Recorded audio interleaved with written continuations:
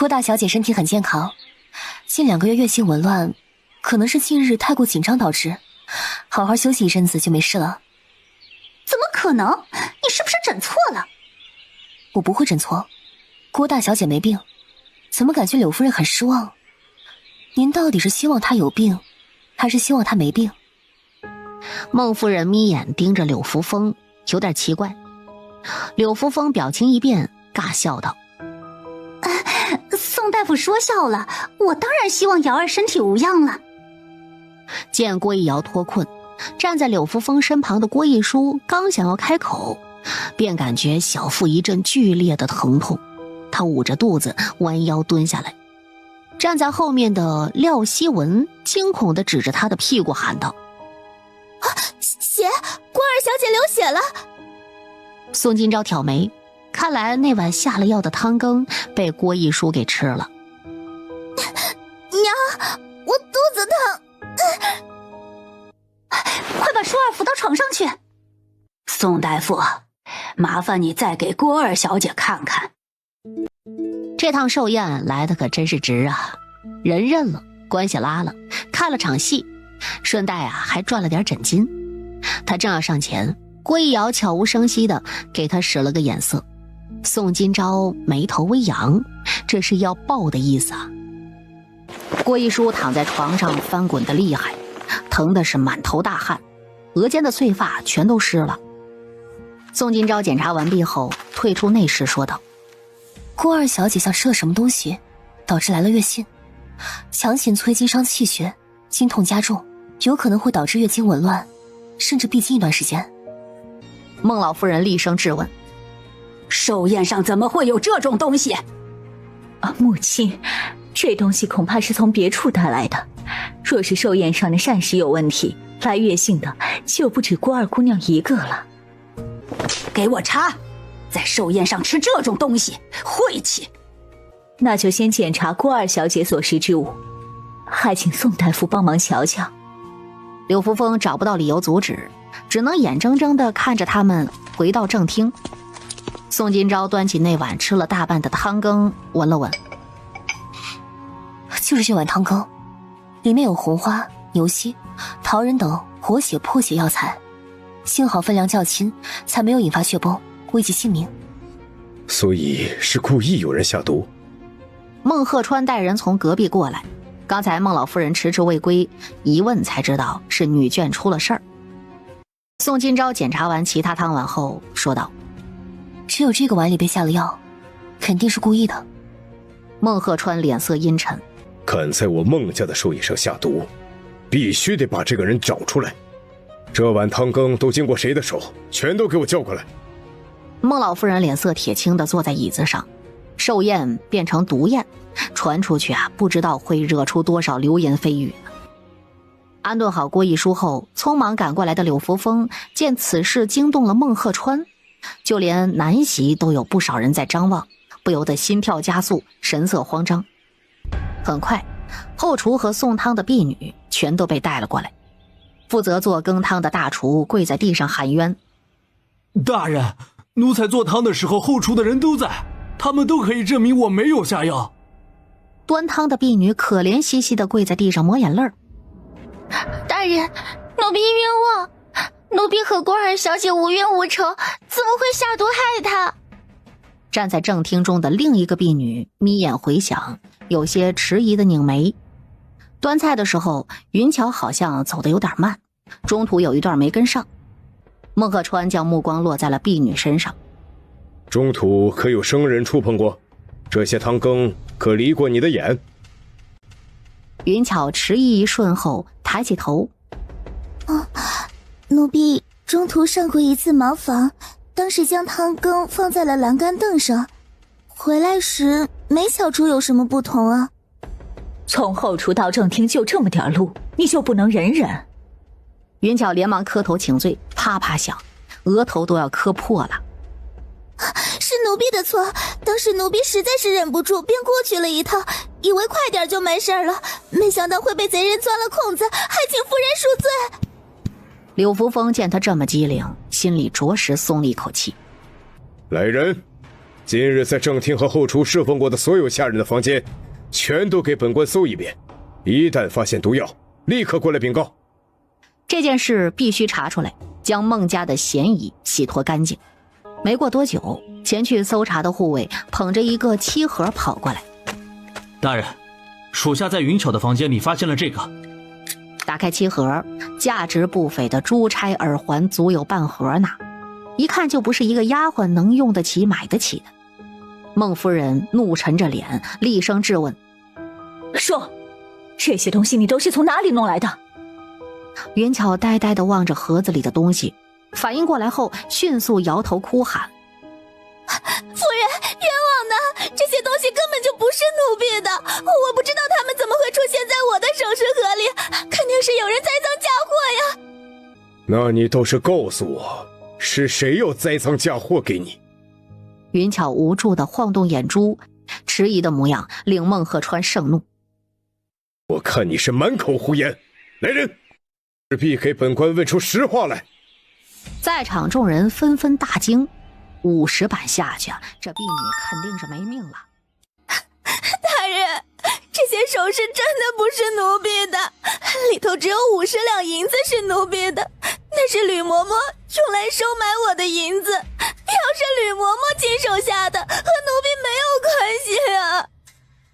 郭其实听见云巧的指控，挥袖一巴掌打在他的脸上，嘴角裂开一道口子。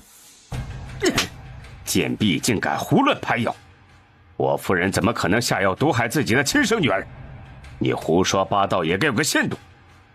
郭玉书是他的亲生女儿，郭玉瑶又不是，那药本来是要下在郭玉瑶的汤碗里的，不知怎的给弄错了，才变成了现在这个样子。吕嬷嬷她还让我故意在寿宴上说郭玉瑶流了很多的血，郭夫人在旁边打配合，把事情往小产上引，毁了郭玉瑶的名声，老夫人就不会再让少爷娶郭玉瑶了。等到郭玉书嫁过来之后，就提拔我当大丫鬟。他跪着爬到孟夫人的面前，不停地磕头哀求：奴婢是被猪油蒙了心了，才会不小心走错了路，求夫人饶命，饶奴婢一条小命吧，奴婢以后再也不敢了。郭一瑶受不了打击的瘫倒在地上，他脸色煞白，仿佛马上就要死了。不可能，母亲不可能这么对我的。孟夫人见他这副模样，忍不住红了眼眶，她心疼地上前抱住了郭一瑶，用手抚摸她的后脑勺，安抚道：没事，有孟姨在，谁也不能欺负我们瑶瑶。孟姨给你撑腰，孟姨护着你。围观的妇人们对着柳扶风和郭一瑶窃窃私语：将原配女儿的婚事给自己的亲生女儿，怪不得刚才柳扶风表面上维护郭一瑶的名声，却脱口就说她流产了，还巴不得她身体有问题，原来是另有所图啊！下药污蔑瑶儿小产，只要请郎中诊脉，真相立刻就会大白。孟家又怎么会嫌弃她大药换亲呢？那是因为你觉得郭一瑶不能生育，所以才要接小产这件事情，请郎中当面拆穿她，到时候这门婚事不退也得退，你就能够顺理成章的让亲生女儿待嫁。这些可都是吕嬷嬷亲口告诉我的，我要是有说一句假话，就让我天打雷劈，不得好死，死了下18层地狱，永不超生。信口雌黄！宋大夫明明说瑶儿身体健康，哪来的不能生育？你自己做的恶，想栽赃到别人头上，也不编个好点的谎。谁知道是不是老天爷见不得你这么害人，下在郭一瑶碗里的药被你女儿喝了。郭一说要是不能生育，那就是抱养。来人，先把云巧和吕嬷嬷押去府衙关入大牢。此案本官要细细审理，查出一个真相。郭其实坐在凳子上，面对众人窥视的目光，只觉得如坐针毡。柳扶风拿起筷子夹菜，嘴中味同嚼蜡，脸上却好似什么都没发生过一般。寿宴结束后，宋金钊正要离开，碧荷却主动跑过来送他。到人少之处后，他停下脚步，塞给宋金钊一个钱袋，小声询问：这是今日两位郭家小姐的诊金。老夫人还有一事，想让奴婢问问宋大夫。郭家大小姐的身体可是真的健康。老夫人不用担心，郭大小姐身体一切正常，可以生育。碧荷听后这才松口气，赶忙回去向孟老夫人禀告。第二天关于这件事的结果就传出来了。下药一事从头到尾都是吕嬷嬷一个人指使的，和柳扶风无关。因为没造成人命，郭家2位小姐又都没什么大碍。杖责后，吕嬷嬷和云巧分别被郭孟2家拖了回去。据说才进府门，人就被打死了，尸体扔到乱葬岗，连个收尸的人都没有。医馆没人，正在抓药的宋诗雪听到这个消息的时候，迟疑地看向了宋金钊。阿姐，真的是这样吗？你觉得呢？我觉得幕后主使就是郭一瑶的继母，送食物相克的膳食给她吃是真的，指使吕嬷嬷收买了云巧下药也是真的，万青想把亲生女儿嫁给孟少爷也是真的，吕嬷嬷就是背锅的。坐在对面的刘玄清捻着长胡须，满脸笑容地看向宋诗雪。自家小师傅反应很快，很聪明，没有被这些大户人家遮掩真相的谎话骗到。2个月前，郭一瑶就来我们这里看过病，她当时打扮成那样，就是不想让人看见，可能就是在防范她的继母。当时阿姐就给她写了一些既生冷寒凉食物的单子，所以她继母给她吃的那些菜时，她才没有吃，将一部分赏给了她的丫鬟。宋金钊手指托在下巴上摩搓，抬手逗趣道：误食的羹汤呢？宋诗雪一愣：阿姐，你的意思是那碗羹汤是郭一瑶故意换的？宋金钊挑眉，见有病人进来，起身轻飘飘地留下一句：你说呢？宋诗雪站在原地，眉头紧锁，整个脑子陷入沉思。宋金钊参加完了孟老夫人寿宴的第3日，廖希文便亲自上门，请他去给廖府的廖夫人问诊。马车上，廖希文拧着眉，心中忧虑万分。不瞒宋姑娘，我母亲因为失望过太多回，早已对郎中不抱有希望，甚至有些厌恶。今日问诊，她若是态度不好，还请您多担待。不碍事，医者什么样的病人没见过，这点不算什么。人来人往的大街上，百姓看到马车纷纷往旁边避让。不知怎的，一个面摊上的客人忽然开始争吵起来，几句话过后，吵闹声越来越大，干脆就开始动手了。混乱间，一个留着大胡子的男人身体被撞得飞速地往后退，刹不住脚，后背重重地撞在煮馄饨的炉灶上，燃着烈火的木柴撒了一地，扬起的火星子到处飞，锅里滚烫的开水一股脑地浇在了马腿上。马身猛地一颤，发出了一声急促尖锐的嘶鸣声。被烫到的蹄子高高扬起，他疯狂地甩动鬃毛，惊得原地跳脚。小姐，双手抓紧，别松开，我去控马。别去，金马你控制不住。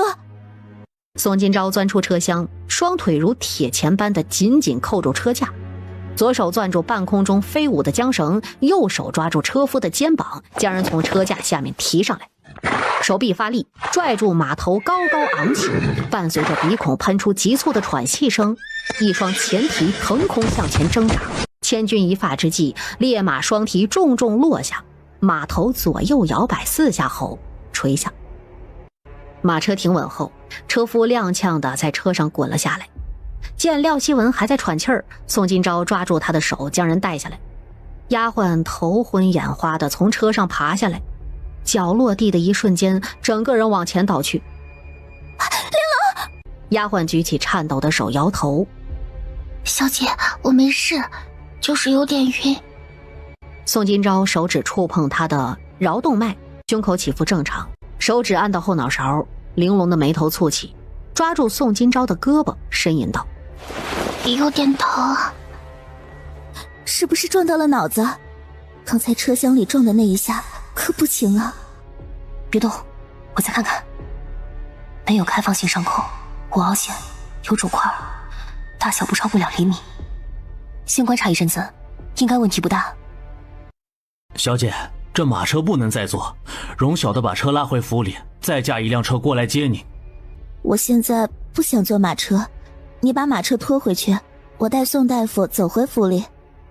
宋金钊转过身儿朝后看，摊主害怕坐在马车上的贵人过来问责，双手紧紧地拉住大胡子男人不让他走。要不是刚才那个人推我，我才不会撞上去呢。你要找也应该找他。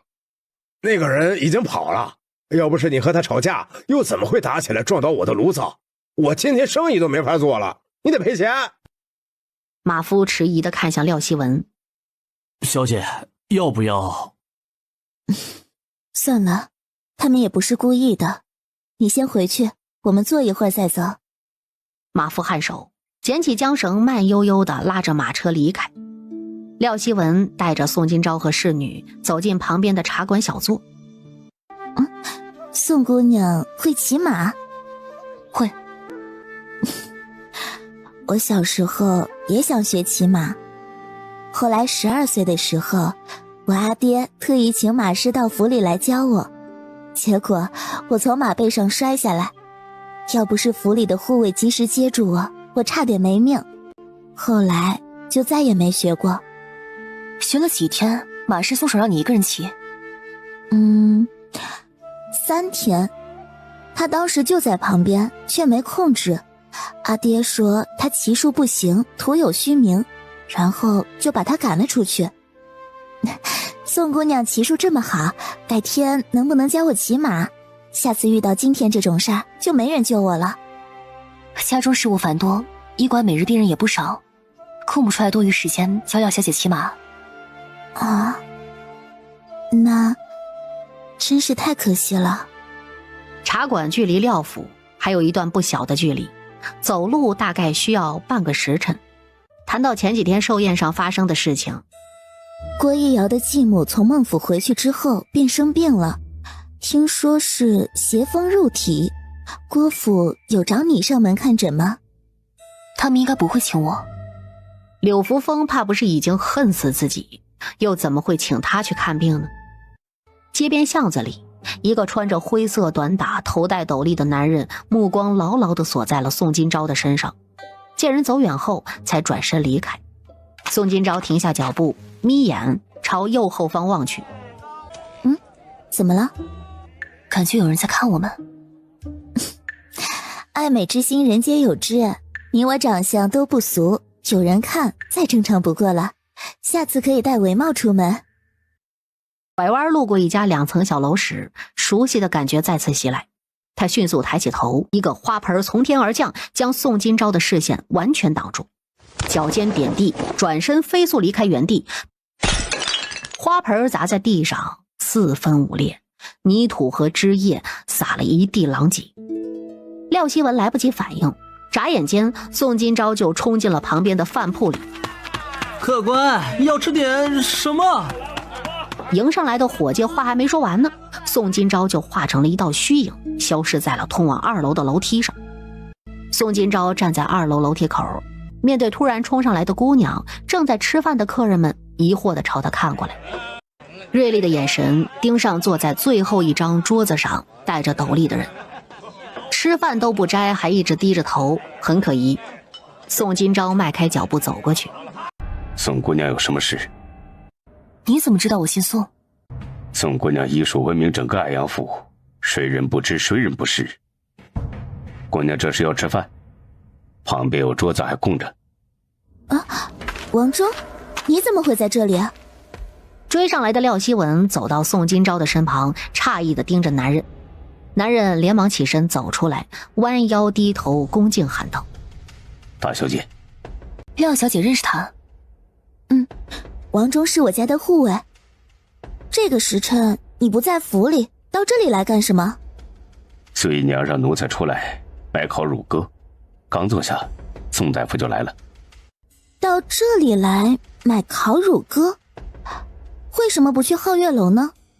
所以娘说皓月楼的吃厌了，让奴才到别家来买，所以奴才就过来了。宋金钊眸色深沉地盯着二人，瞳孔深处的暗光闪烁不止。廖希文听完王忠的话之后，颔首表示明白，贴过头询问宋金钊：碰倒花盆的人找到了吗？我上来后没有瞧见其他人。王忠，你看到是谁把花盆撞下去的？奴才刚来，也没瞧见。宋金钊扭头走向另外2桌吃饭的客人，礼貌地开口询问：几位公子大爷，刚才从窗台上掉下去一个花瓶，不知你们可有看到是谁推下去的？4人的眼神中流露出6分疑惑4分茫然，摇头回答：不知道，没注意。肯定是瞧见花盆差点砸到人，害怕担责任，所以跑了。宋金钊意味深长地瞟了一眼王忠，接着朝廖希文开口：找不到人就先不找，时间不早了，我们尽快去贵府。路上，宋金钊问道：苏姨娘有子嗣吗？我大哥廖廷俊就是苏姨娘生的，他就比我早出生1刻钟。我阿娘一直很失望，我不是个男孩。你阿爹还有别的子嗣吗？苏姨娘跟我娘一样，生下我大哥后怀孕过3次，都流产了，后来始终没有怀上。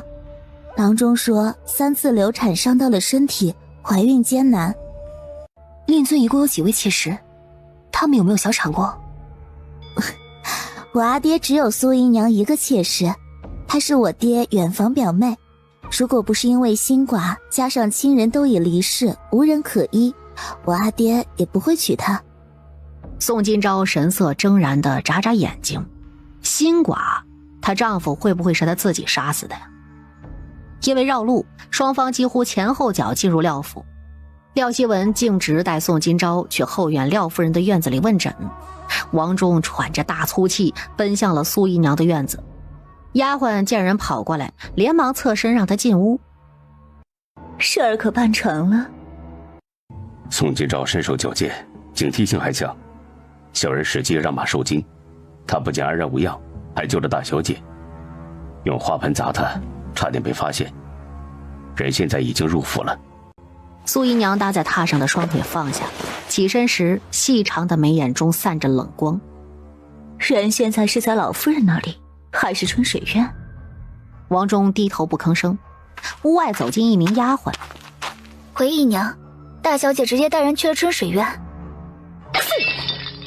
桌上的茶盏砸在王忠的肩膀上，带着一股浓烈的刺鼻香味儿。大白天的，屋外艳阳高照，春水院却像是一潭死水一般。走进去，所有人都低着头不说话。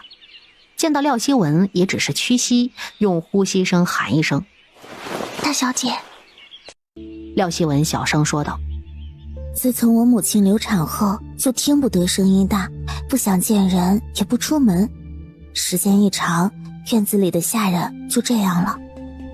廖希文伸手屏退了下人，缓缓地推开门，只带了宋金钊进屋。母亲，我带宋姑娘来给您看病了。廖希文轻声朝着躺在床上的女子说道，一张苍白到几乎透明的脸映入宋金钊的眼中，脖间血管清晰可见，好似只披着一张人皮。灰暗失焦的瞳孔没有因为廖希文的呼唤晃动半分，像一具没有魂只有气的僵尸。见宋金钊开始诊脉，廖希文紧闭的红唇微微张开，将压在胸口的气缓缓地呼出来。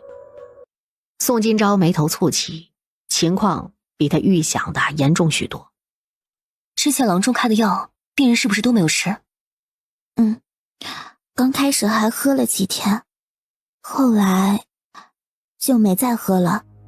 每天吃什么？一碗清汤寡水的白粥。瘦成皮包骨头，比输营养液还不如。廖希文朝房门看了一眼，有房门挡住看不见站在外面的丫鬟。白粥上面薄薄一层米汤，每顿只喝得下半碗。宋金钊起身去药箱里拿手套，将手套戴好。宋金钊走到床边，淡定地说道：廖夫人，我现在要给你检查下体，哪里疼就告诉我。你想干嘛？夫人连死都不怕，还怕被我看？医者面前无男女，更何况我是个女大夫，你可以放心。你能治好我的病，让我怀孕，顺利生下孩子。夫人不让我检查，我怎么知道你还有没有救？孔婉柔的目光移到廖希文的脸上。希文，你出去。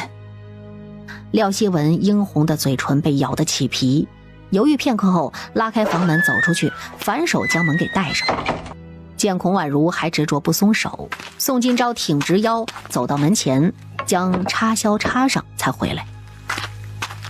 没人能进来，现在可以检查了吧？疼就告诉我。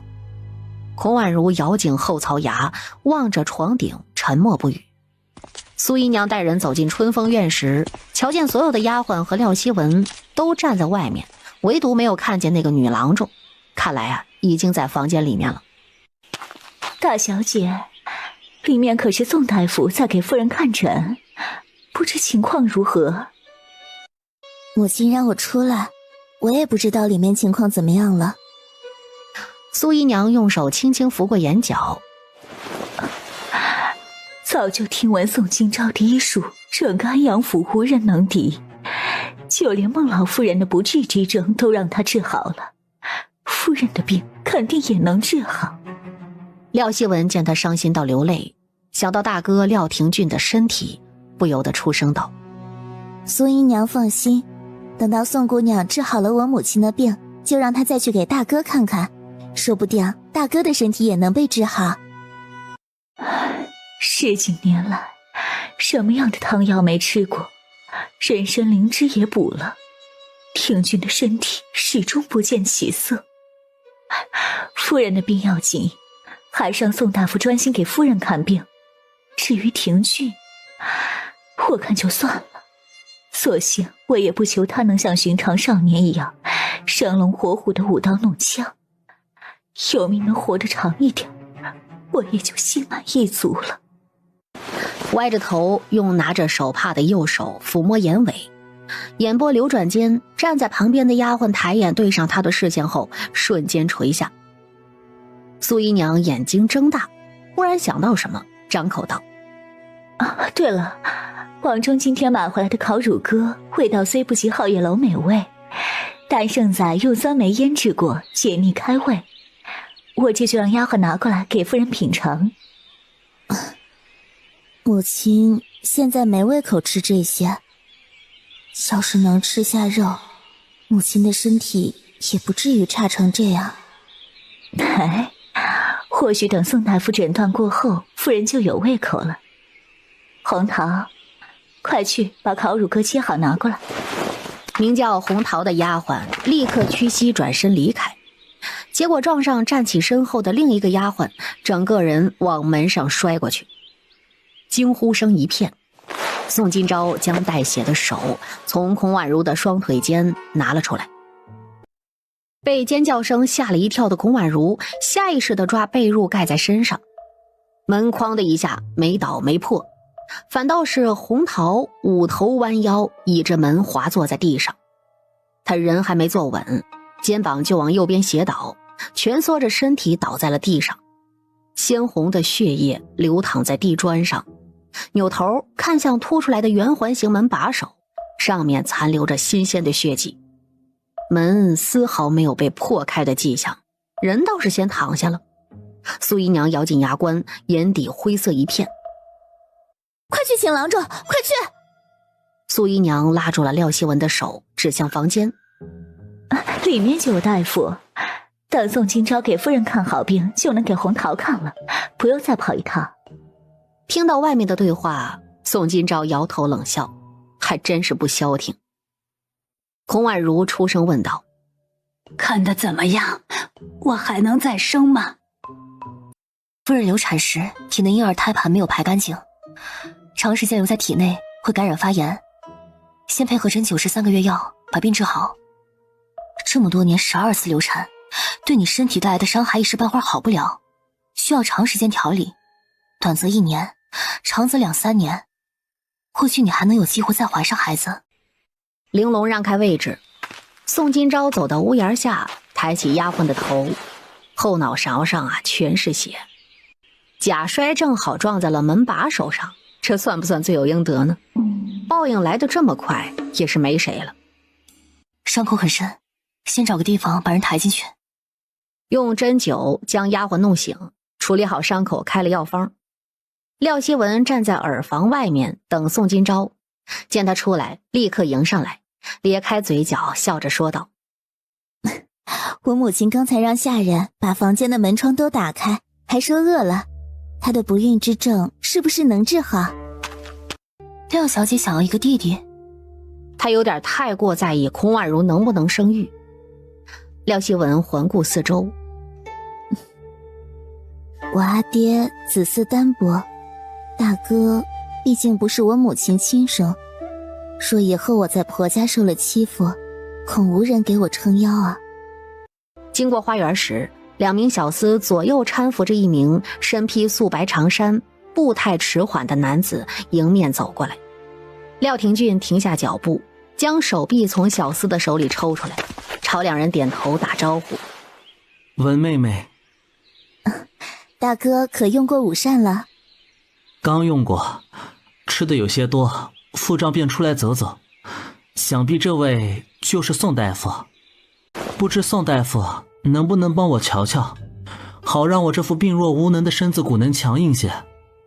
凉亭里，宋金钊的手指轻按在廖廷俊手腕的桡动脉上，半晌后，他眼睫上挑，从药箱里拿出听息筒，走到廖廷俊的身后，把外面衣服脱掉，只留下里衣。望着结束检查后沉默的宋金钊，廖廷俊的心沉到了崖底。他用手摸脸，将脸颊提起来。郎中的话听得太多，我早就习惯了。有什么话宋大夫可以直接说。我才疏学浅，廖公子的病，恕在下无能为力。你们在干嘛？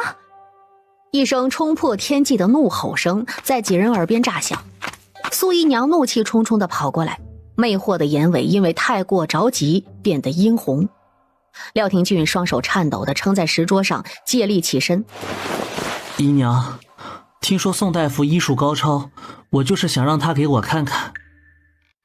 你的病一直是江郎中在看，我怕突然换大夫你身体适应不了。不过既然已经看了，不知宋大夫可有办法？宋金钊起身，令公子的病太过罕见，在下有力不逮。一样的话听了无数遍，今天辛苦宋大夫了。廖希文察觉出气氛不对劲儿，连忙招呼宋金钊离开。我已经让下人备好马车，现在就在门口等着，我送你过去。直到转弯迈过圆形石门，身后那抹紧迫盯人的视线才消失。临上马车前，宋金钊扭头问道：廖公子是早产吗？不是，我大哥是足月生的。宋金钊没说话，钻进马车坐下深思。廖廷俊的病自己确实治不了，自娘胎带出来的心脉发育不全，除非做心脏手术，否则永远没法根治。回到房间后，苏姨娘屏退下人，留下从小陪她一起长大的侍女，声音有些微颤：嬷嬷，你说宋金钊诊出来了吗？小姐放心，已经过去这么多年，那女医怎么可能通过给少爷诊一次脉就发现？您就把心放在肚子里，少爷永远不会知道的。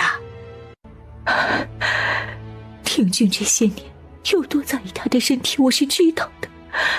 只要一听说哪里有名医，就怕人昼夜不停地赶过去，把人请回来供着。我就怕哪天他知道了真相会恨我，更怕他会伤心到对我失望。小姐这么做都是为了少爷。当初府里人都说夫人怀的是个男孩，您才出此下策，谁知道最后会生下一个女孩，这都是命，小姐您也不想的。派人盯着春水院，宋金钊开什么药都告诉江郎中，孔婉如可以苟延残喘的活着，但她一定不能再有孩子。我生不了，她也不能生。若是宋金钊真的能把夫人的不孕之症治好，或许他也可以治好小姐你。用不着，我有田俊一个就够了。还要让王忠继续对付宋金钊吗？他对付不了宋金钊，若是暴露被对方抓住把柄，反而会对我们不利。丁景春水源，就算他医术再高明，用不到孔婉如身上也没用。宋家医馆，阿姐，廖夫人的病很严重吗？心病难医，比心病更难医的是思想，想不通永远救不了。正在练习缝合之术的刘玄清停下动作，望向宋金钊，想到孔婉如的情况，不由得赞同点头。其实只要不生孩子，廖夫人又愿意配合治病，活到60岁肯定没问题。哎呀，可她就是要生啊。不过也可以理解，毕竟没有子嗣，终究不是长久之计。可廖小姐不是廖夫人生的吗？刘玄清嘴巴张开又合上，女孩又不能传宗接代。宋金钊一个冷眼扫过去，刘玄清瞬间低头，他双手乱窜的拿起猪皮，开始转移话题。这线怎么好像走歪了？啊，你怎么缝的还没有8岁时缝的好啊？这都扭成外8次了，愈合后得多难看。福顺骑马从郊外赶回来，向宋金钊汇报，庄子已经按照他的规划要求建好完工之后，宋金钊隔天便带着福顺和兰溪来到了牲畜室。臭，好多屎！都说脏，让你不要非得跟着来，后悔了吧？张姐今天在家，我要和张姐在一起。你不是喜欢和兰溪一起玩，不开心了？喜欢，但更喜欢和哥哥姐姐待在一起。以后你若不想待在家里，就让兰溪带你去医馆。宋安好搂住宋金钊的脖子，脸上露出了2个小酒窝。好呀，明日就去。牲畜室啊，每日都有许多的牲畜贩儿和鸡鸭贩儿在这里摆摊儿。宋金钊提前打听过了，他带人走进了一家挂着万物秦旗帜的小铺面。杨庆正躺在椅子上睡大觉呢，听到脚步声，他懒洋洋地睁开眼，看清楚宋金钊的脸和站在他身后的2个下人后，他迅速站起身，热情地笑着作揖。哎呀，贵客临门，是我怠慢了。姑娘请坐，不知您是要买鸡鸭还是买猪羊啊？听闻牲畜室杨爷手上货最多，想要多少都弄得来，不知是不是真的？杨庆开怀大笑，拿起茶壶给宋金钊倒水。在下不才，安阳府混得还行，姑娘想要多少，3日内必定运到。200只猪仔，50头幼羊，10头正值壮年的耕牛，公母各一半；500只成年母鸡，500只成年母鸭，5000个鸡蛋，5000个鸭蛋，必须得17日内下的。我要孵鸡苗和鸭苗，再加200只鹅苗。杨庆呆呆地张着嘴巴。姑娘，你要这么多做什么？数量太多，3天我凑不齐，至少得7天。刚才杨爷还说自己本事大，要多少3日内都能运到，这就不行了。哎呦，我眼拙，没看出姑娘是做大生意的。6日如何？我再让1分利给你。宋金钊抿唇，凝视着他的眼睛。99折，嗨，他真是好意思开口啊。宋金钊伸出手指，让2成利，先付3成定金，5日后将货运到我城外庄子上，没问题再结尾款。5日就5日，把庄子的位置告诉我，5日后一个不少的给姑娘送过去。入冬前还能大赚一笔，不干是傻子。杨庆拿出算盘，啪啪算账。宋金钊在纸上随意地列出了几个等式，算出价钱后就停了笔。过了1刻钟，新鲜出炉的契约摆在两人面前。宋金钊看完没问题就签了。杨庆错愕地问道：姑娘就不算算？已经算过了，没问题。杨庆拧眉，哪里算过了？一盘核桃酥吃掉一半，边吃还能边心算呢。宋金钊付完定金，带着下人离开。杨庆拿起他压在茶杯下的纸，有些字儿已经被茶水晕染的模糊到看不清了。最后画圈的金额对上契约上写的，一文不差。这是什么算术方法？怎会如此之快？叶府，自从叶良玉杵着拐杖在孟府寿宴上露面后，上门拜访他的人越来越多了，甚至有人堵到书院里，被穆红月赶走。你就不应该拄着拐杖去，现在所有人都知道你的腿会好，京城那帮人要是不放过你怎么办呢？你可就只有一条命，教训还没吃够吗？叶良玉放下狼毫，将写满字的信纸拿起来放到一旁晾干。我永远不会为自己所做的事情后悔，刺客还没抓到，幕后真凶也还没落网，我得回去，这个仇我要自己报。你要是还没回去就死了怎么办？他们能明目张胆地杀你一次，又何惧再来第二次啊？我就怕他们不来第二次。穆红月眼眶紧绷到发红，他永远这么固执，死不悔改。以身为饵，真死了一辈子没娶妻生子，连个披麻戴孝给他送终摔盆直翻的人都没有。孤孤单单的，没几年还有谁记得他叶良玉啊？你放心，启明还没考中进士入朝为官，我不会这么快就死的。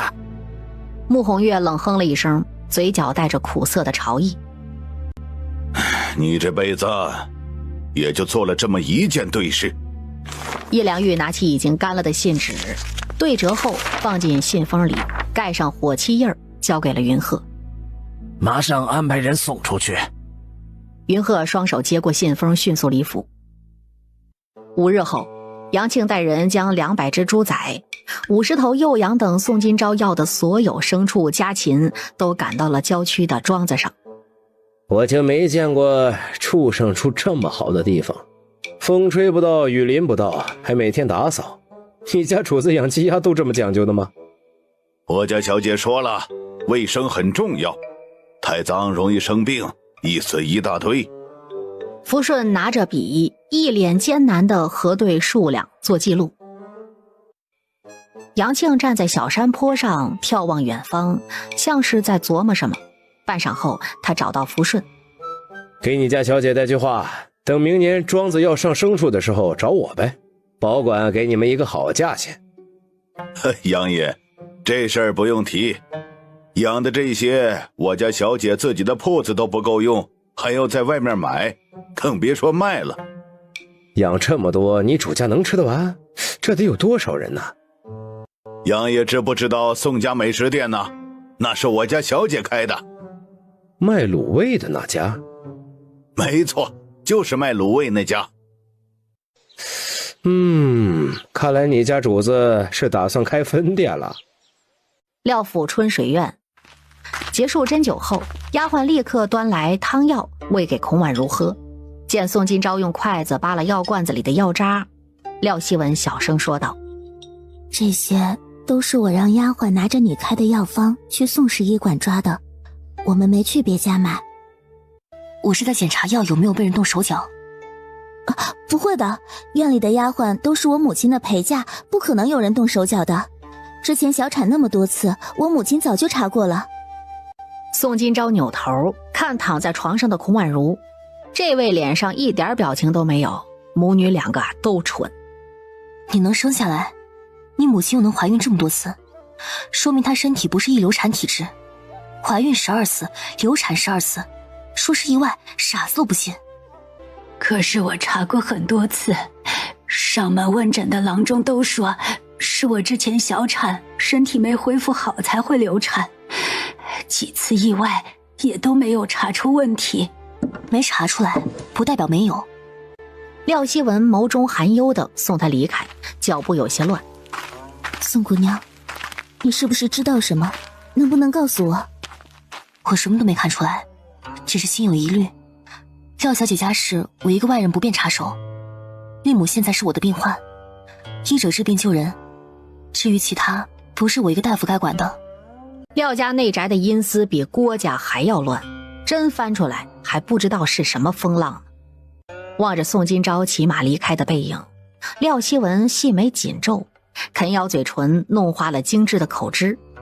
回到春水院，孔婉如问道：问出来了吗？宋姑娘只是心有疑虑，身为您不可能无故流产这么多次。想到郭一瑶被柳扶风百般算计，他迟疑开口：母亲，如果之前小产真是被人算计，会不会是苏姨娘？可她这些年对母亲一直很恭敬，除了大哥，她没再生下孩子，也小产过3次，会不会还有别人？府里就这么几个人，该查早就查了。你先出去吧，或许老天爷就是不想让我再生一个孩子。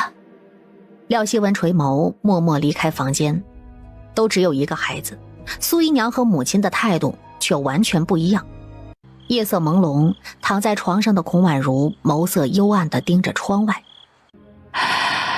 报应这么多年还不够吗？一司第一，当年的孽债也该还完了才是。虚出刚过一刻，兰溪驾着马车带宋启明从叶府回来。今日怎么比平日早了半个时辰？老师说这几天晚上天气越来越冷，还说在书院日日都能见着，让我晚上不必再过去，每日散学后待半个时辰讨论文章即可，等到来年开春进入上社后再给我增加课业。既如此，晚上在家里看书也是一样的，想放松时还能和秦霜、兰溪他们一起练武。宋启明的科举之路已经比宋今朝预想中的要快许多了。凭他现在的成绩，又有叶良玉盯着，2年后的乡试问题不大。想到庄子上正在培育的冬季菜种，今年过年要回宋家村，春杏和福顺都没有主事之才，得尽快找一个能主事的管家才行。宋今朝去奴氏挑了一圈，都没找到合适的。姑娘，您要的这种人实在稀缺，那得是大户人家卖出来的老人，或者是商户破产自愿卖身的，这得看运气。要不您降低点要求，我看刚才那2个就不错。像刚才那样的我家里就有，用不着买。回到医馆，宋诗雪拿起一封喜帖交给宋今朝。那孟家让人送来的，让阿姐去参加孟少爷和郭小姐的婚宴。备份礼让秦霜送过去，家里忙喜宴就不去吃了。晚上回家的路上，宋今朝眯眼望向身后，才安分几天呢，又是谁派来的人呢？回到家，大门关上，远处徐庚贴在草屋的柱子上，目光灼灼地凝视着宋家紧闭的大门。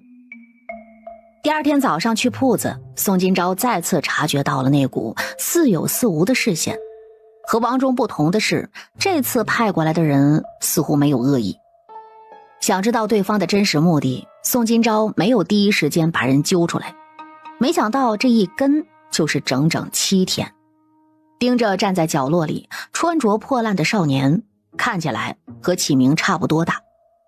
第8天，宋今朝单独去廖府问诊回来的路上，穿过巷子时，少年从他旁边窜出来，停在了他的面前。宋今朝盯着他，跟了7天，终于肯出来了。我叫徐根，张夏莲是我阿娘，她在你铺子里干活，现在叫清霜。你脑子好了？徐庚用力点头。你想把你阿娘带回去？徐庚握紧拳头摇头，喉咙紧绷，一个字一个字的从嘴里蹦出来。她现在过得很好，比在家里好。眼眶发红，沉默片刻后，他猛地跪倒在宋今朝的面前，抬头仰视他。我今天就要走了，我想求你好好照顾我阿娘，不要打她骂她，我阿娘人很好，干活也很勤快。等我有一天能让她过好日子的时候，我会过来接她的。到时候我会给你很多钱，让你一辈子都花不完。你不用求我，你娘现在是我宋家下人，我原本就很看重她。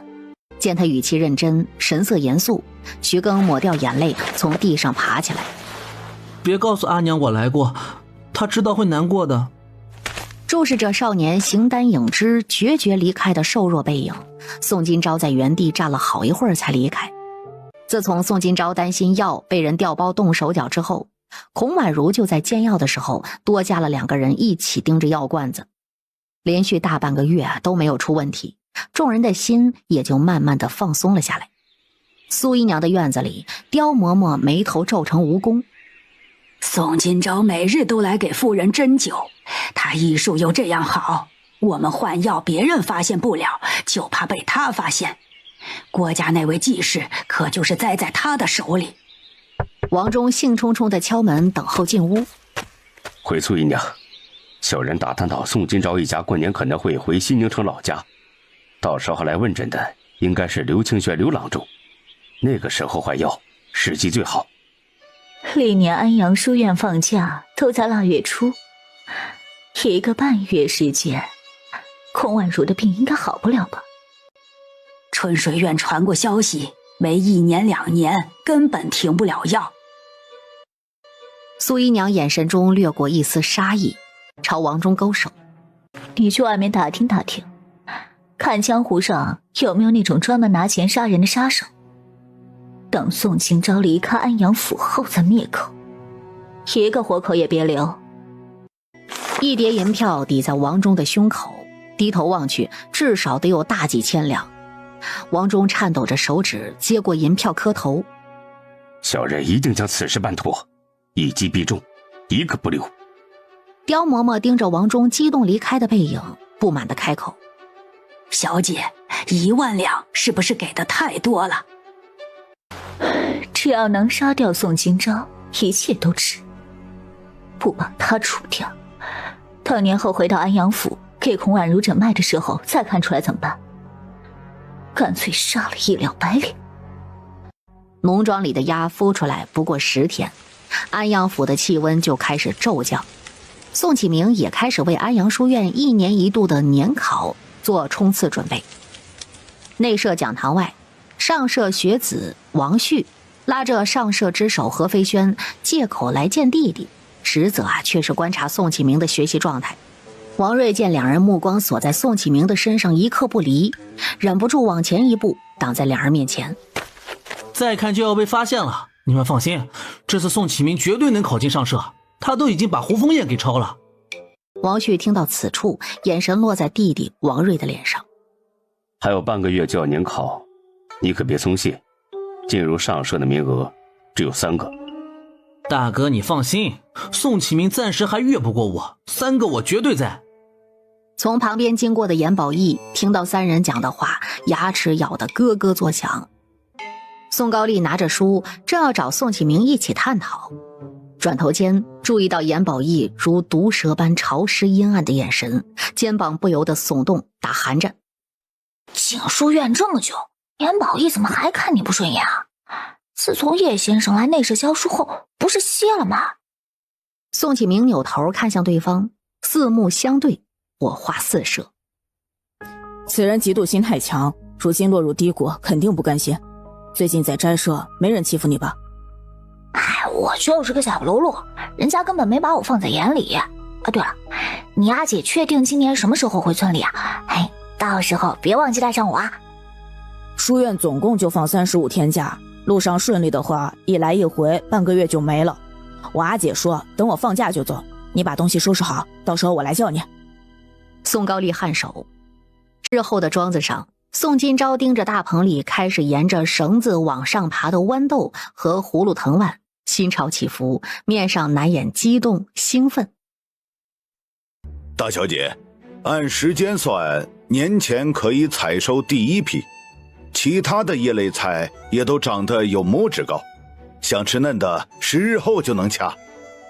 冬天新鲜蔬菜稀缺，稍微长大一些再摘，压秤。美食店旁边的铺子我已经租下来了，到时候就在里面卖，让春信带个人盯着，兰溪到庄上来帮你。这是安阳府所有酒楼名单，蔬菜店开张后他们肯定会来谈合作，价格统一，不能低于这个数。小人明白。安阳书院的年考会持续2天时间，明日便是第1天。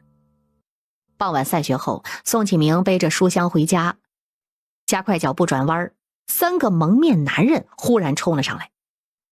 宋启明瞳孔骤缩，下意识地转身用书箱去撞他们。最先冲上来的蒙面人捂着泛疼的胸口怒吼：快上，把他摁在地上，废了他的手！你们是谁？爷爷是你天王老子。1对3，4人混打在一起。宋启明左一拳右一腿，全朝人体最容易造成伤害、痛感最强的地方下手。险些被摘下面巾的男人粗声骂道：这小子会功夫，臭家伙！3把冒着寒光的匕首被3人从腰间抽出来。见状，宋启明大拇指按在开关上，先发制人，抬手就是天女散花一般的铁针。为了更方便携带，宋金钊特意改良了袖剑，将短剑改成铁针。虽刺不了多深，但铁针用毒液浸泡过，只需刺入皮肤7秒内便会起效果。3人见状，果断闪身蹲下，用手臂挡住脸。男人试图伸手将铁针取下，刚拔出一根便头晕目眩，双腿站不住脚，身体往旁边倒下。有毒！哼，现在才知道有毒，晚了。宋启明掀开3人的面巾，发现一个都不认识，可以说从来没有见过面。鞋底踩在发号施令的男人脸上，语气强硬地质问：说，你们是谁？为什么找我麻烦？谁派你们来的？男人死咬着牙关不吭声，目光落在宋启明的身后，眼底闪过一道暗光。宋启明右脚用力踹在男人的脸上，小臼齿牙根断裂，嘴里满是血腥味儿。不说话，就送你们去见官。宋启明见他不吭声，刚要收脚去叫人，后背就遭到了猛烈一击重棍，下半身踉跄着往前扑，他及时用手撑住，来不及看清人影，2道重叠的棍影同时朝他袭来。抬手用手臂扛住，定眼一瞧，远不止2个人，黑压压一片，目测得有7、8个呢。回家的路被对方拦住，宋启明果断转身朝另一个方向逃走。隔着2条巷子的小道上，季幽明眉头轻皱，心里裹着淡淡的忧愁。明日便是年考，你有没有把握？胡凤叶摇头叹息：若是今年名额能多2个就好了。怎么可能？几10年都没变过。救命啊！求救声从远处传来，2人同时抬头望去，只见一个穿着深青色短袄的少年从左边窜到右边，随即7、8个蒙面男追上去，消失不见。胡凤叶脚步停在原地，手指着消失的方向，语气带着一丝不确定的开口：刚才那个是宋启明吧？好像是。2人对视了一眼，下一秒脚下就跟踩着风火轮似的，朝宋启明刚刚消失的方向狂奔而去。冬季天寒，上午又下了雪，冷风呼啸，到傍晚路上已经变得空荡荡的，一个人影都瞧不见了。待在家里烤火的百姓听到外面的求救声，小心翼翼地打开窗户瞧一眼，就看到一群人疯狂跑走的背影。夫人恨恨地瞪了一眼自己的丈夫，嘴上恶狠狠地说道：肯定又是赌坊的人出来抓人，也不知道这次欠了多少。别跑，给我站住！季幽明拽着扫帚，脚边溅起的积雪砸了妇人一脸。胡凤叶手里紧紧地攥着一块石头，嘴里呼出的白雾一团接一团，声音断断续续，嗓子被冻得生疼。跑得这么快，我快不行了。快点，宋启明又被打死了。盯着2人消失的背影，妇人抹掉脸上的血，疑惑地挑眉：啊，怎么还有2个书生？这是要干嘛？又是转弯，胡凤叶甩手撑在膝盖上，胸口喘的是上气不接下气，脸都冻麻了。我真不行了，走小道爬围墙，我真跑不动了。蒙面男见一直追不上宋启明，心里也着急了。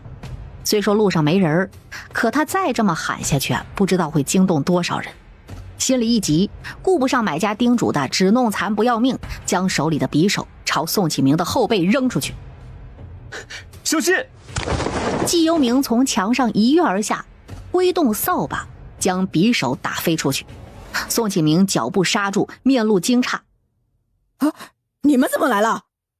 胡枫叶从围墙上跳下来，站到季幽冥的旁边，举起石头准备随时进攻。你破嗓子太难听，吵着我耳朵了。3对8，人数不占优势。宋启明从他们的身后钻出来，站在前面，小声说道：“他们的目标是我，你们先走，喊我阿姐来救我。”我们要是走了，等不及你阿姐来救你，你就完蛋了。胡枫叶将宋启明往自己身后拉，视线牢牢地锁住8名打手。年纪小的站最后，准备好我们就上。真当哥几个是吃素的，都给我上！3个全废了！季幽冥和胡枫叶咬紧牙关，眉眼一横，毫不犹豫地冲上去打。宋启明反手一勾，夺过其中一人手里的长棍，劈在打手的头上，脑袋炸开，血珠子往外蹦。领头的蒙面男见小弟被开瓢了，立马朝吊在墙边的匕首冲过去。宋启明猛地扑过去，一棍子敲在对方的肩膀上，手掌被震得发麻。别打我脸！胡枫叶用手挡住了自己俊美的面容，拳头砸在手背上，疼到骨头碎裂。季幽冥遭3人围攻，短短10几个眨眼，浑身上下就已经挨了不少闷棍了。宋启明右脚踩在墙壁上腾空而起，整个人犹如一柄利剑飞到了胡枫叶的面前，结实有力的前腿将打手踹飞了3米远。他一手拉起胡枫叶，面色急切：“哎呀，你打不过他们，快跑去找我阿姐！救援小宋府，你们扛住，等我回来。”宋启明和季幽冥背靠背迎敌，一人手持扫把，一人手持木棍，后背结实的触感让2人的眼神变得愈发冷静。胡枫叶一路连滚带爬，不敢停下1秒。等看到宋府的牌匾，他像是抓住了救命稻草，风一般的拍打大门：“有没有人？快开门！”听到声音的兰溪从厨房跑出来开门，才打开一条门缝，胡枫叶就扑着挤进来，抓住他的手：“宋金钊呢？8个人围着宋启明打，人都快死了。他说让他姐去救他。你先等等，我去叫大小姐。”正在叮嘱春杏蔬菜店开张事宜的宋金钊听到兰溪的呼喊声，放下手里的笔。兰溪冲进来：“大小姐，外面来了个书生，说大少爷被人打，让您去救他。”宋金钊眼皮抬起，眸中划过一抹厉光，转身回到房间，提上剑往外跑。候在门口前后踱步的胡枫叶见冲出来的是个年轻的姑娘，这就是宋启明的姐姐，那个神医。就在离书院不远的巷子里，跑过去2刻钟，我给你带路。兰溪跑着将马从马厩里拖出来，宋金钊飞身上马，左手握住缰绳，身体微歪，右手抓住胡枫叶的衣领，将人提上马。“给我指路。”前面第2个巷子右转。凛冽的冷风灌进衣领里，冻得胡枫叶浑身发抖，鼻涕不停地往下流。等2人赶到时，现场已经空无一人。他们肯定被那些蒙面人给抓走了。宋金钊双脚蹬起，飞到屋顶上，眺望周围的巷子，没瞧见一个人影。他跳下屋檐，顺着脚印观察，抬手目视前方，是这个方向。宋金钊速度太快，胡枫叶拼尽全身力气都没跟上。他一屁股坐在雪地里休息半天，又回去把马牵上，注视甩头喷热气的高头大马，嘴上喘着粗气抱怨道：“我要是会骑马就好了。不行，回去我得让我爹找人教我骑马。”狭窄的后院柜子里，浓烈的脂粉味儿将2人团团包裹，宋启明屏住呼吸，才忍住没打喷嚏。院门被人用力的撞开，听到动静，浓妆艳抹、头上簪着花的老鸨蓬眉的从屋内走出来，见闯进来6个高头大汉，脸上的怒气瞬间转变成热情的讨好笑容。哎呦，几位大爷怎么不走前门？我美人寨的姑娘可都在前门候着呢。喂，有没有看见2个读书人跑进来？躲在旧柜子里的宋启明困惑的拧眉。美人斋什么地方？这些打手不会对妇人动手吧？姬幽冥按住他的手，轻轻摇头。放心，美人斋里有不少打手，否则我也不会把你带进来。美人斋是什么地方？青楼。宋启明瞳孔骤缩，呼吸停止，像木乃伊似的僵坐在原地。青楼，这里离书院也不远，怎么到青楼来了？